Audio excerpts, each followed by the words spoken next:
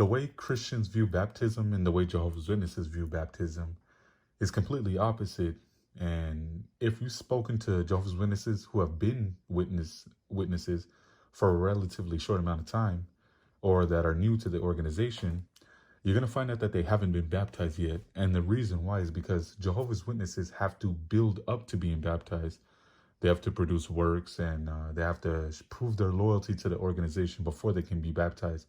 Whereas Christians, it usually comes upon their initial profession of the faith, right? It happens early in their Christian walk as opposed to later. And so the reason why this difference, and why Christians view baptism the way they do, and why Jehovah's Witnesses view baptism the way they do, is because Christians are following the biblical mandate of baptism, whereas Jehovah's Witnesses are following the organization's mandate of baptism. But let me show you something from 1 Peter chapter 3 regarding baptism. And we're going to start at verse 20. It says, which sometimes were disobedient when once the long suffering of God waited in the days of Noah while the ark was preparing, wherein few, that is, 8 souls were saved by water. Now, I know, sometimes you've heard it preached that the ark saved Noah and his family, but it's saying right here, according to the scripture, that the water saved them. And you're saying, well, they were in the ark saved them from the water. Yes, the ark protected them from the water. However, the water saved them from the uncleanness of the world. And look at what it says in verse 21. It says, the like figure whereunto even baptism doth now save us, not the putting away of the filth of the flesh, but the answer of a good conscience towards God by the resurrection of Jesus Christ. And so this is not the only example that we can see of baptism, and how baptism comes in the initial stage of our salvation, right? The good works are after, and you can't look at the example of Moses and, the Israelites being led out of Egypt right into the promised land. When the Israelites went through the Red Sea, right? The Red Sea was parted and they walked through on dry land.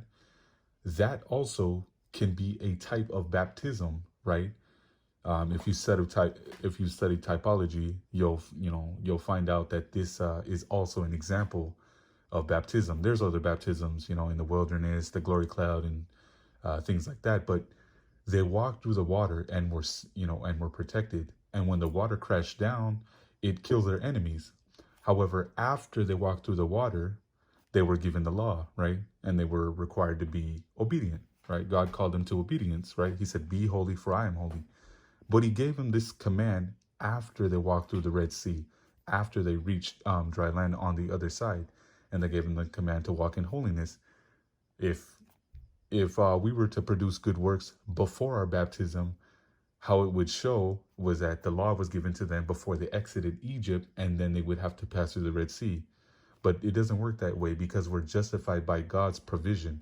We're not justified by our works. And with Jehovah's Witnesses, they assume that their good works proves their salvation, or not proves their salvation, but they assume that their good works justify their salvation, right? That's the means of their justification, is producing good works, and therefore the baptism is their seal into the organization. And even then, they're not sure of their salvation. They have to remain in these good works and producing works, and everything is clocked, everything is timed, everything is controlled. But if salvation were by works, none of us would make it, because only God was able to walk in perfectness. Only God was able to crucify and raise again from the dead. He laid down his life.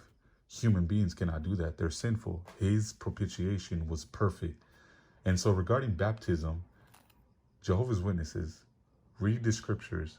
Don't read the scriptures with the governing body's interpretation, and just look at what it says regarding baptism. Look at the examples in Acts and how they were baptized. These people, they didn't have biblical knowledge. They were not, they were not in-depth scholars, into the Torah. And so they just, were humble in heart, believed in God, were baptized. And then you produce your good works. But your good works do not, the good works is not the cause of your salvation. The good works are evidence of your salvation. And so just wanted to talk about baptism and, hope you guys enjoyed the video.